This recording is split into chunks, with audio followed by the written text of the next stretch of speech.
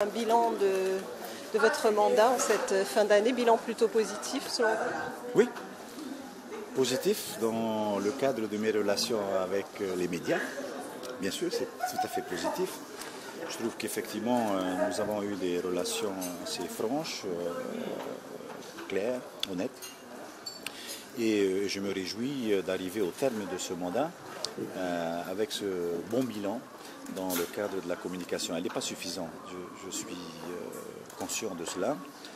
Je crois qu'effectivement les gouvernements ne communiquent pas assez. Il y a encore beaucoup de choses qui restent malheureusement inconnues du grand public, voire même de certains journalistes, malgré nos rencontres hebdomadaires du mercredi avec le porte-parole du gouvernement. Mais oui, je crois qu'effectivement, si nous avions l'occasion de revenir, ce serait une préoccupation qu'il faudrait lever dès la nouvelle mandature.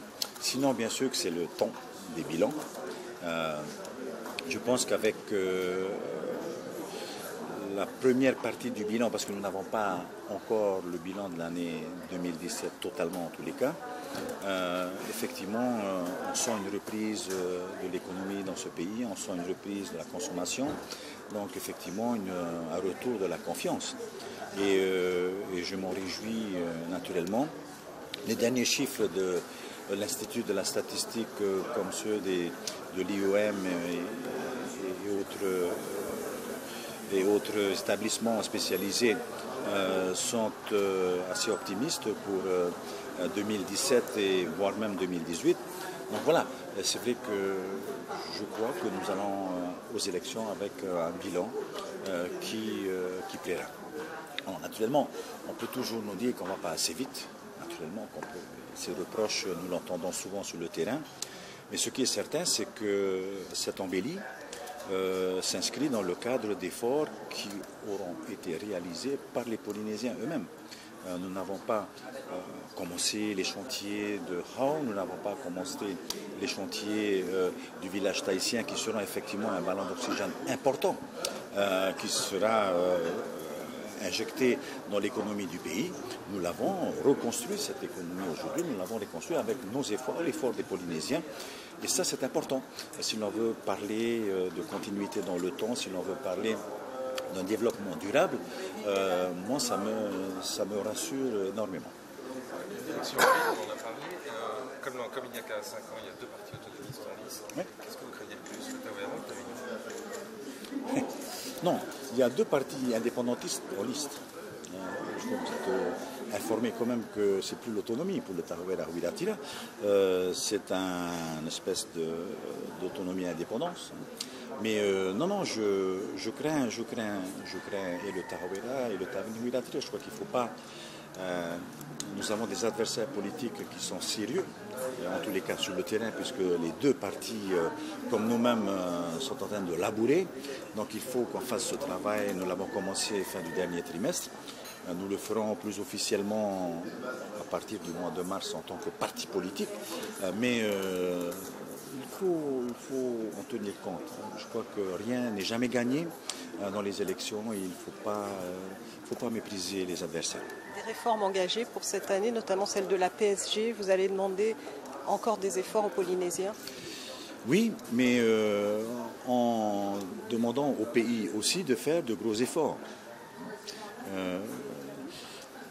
Si vous voulez, ce que je retiens de ce que nous avons sur la table aujourd'hui, c'est pas bouclé, hein.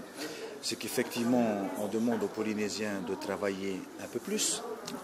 Lorsqu'on dit qu'il faut travailler au-delà des 60 ans, je ne pense pas que je viens extraire de la poche des Polynésiens de l'argent. Au contraire, aujourd'hui, dans l'administration, plus de la moitié des personnes qui doivent partir à la retraite me demandent aujourd'hui de prolonger leur contrat. Je le fais bien volontiers parce qu'effectivement, à 60 ans, on est encore jeune.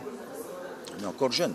Avec l'avancée de la médecine aujourd'hui, les gens ont envie de travailler un peu plus. Donc, mais le pays mettra sa part. C'est-à-dire que nous ferons, nous aussi, des efforts au niveau de nos investissements, au niveau des dépenses courantes du pays pour pouvoir participer directement aussi à renflouer les déficits que nous avons trouvés en arrivant à la CPS, ce qui n'est ce ne sont pas des déficits qui sont dus de notre fait, nécessairement, mais le pays doit prendre ses responsabilités. Ce qui est certain, c'est que après le TUTRA, après les différentes mesures qui ont été prises et qui ont fait qu'aujourd'hui la CPS va mal, nous avons notre part de responsabilité, nous porterons notre part de responsabilité.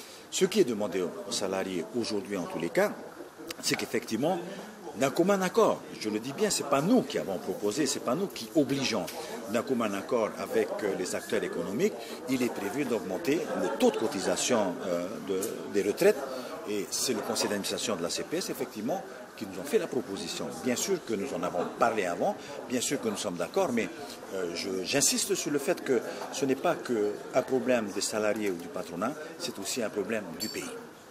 L'intersyndicale menace de bloquer les institutions et d'appeler à la grève. Ils ont écrit.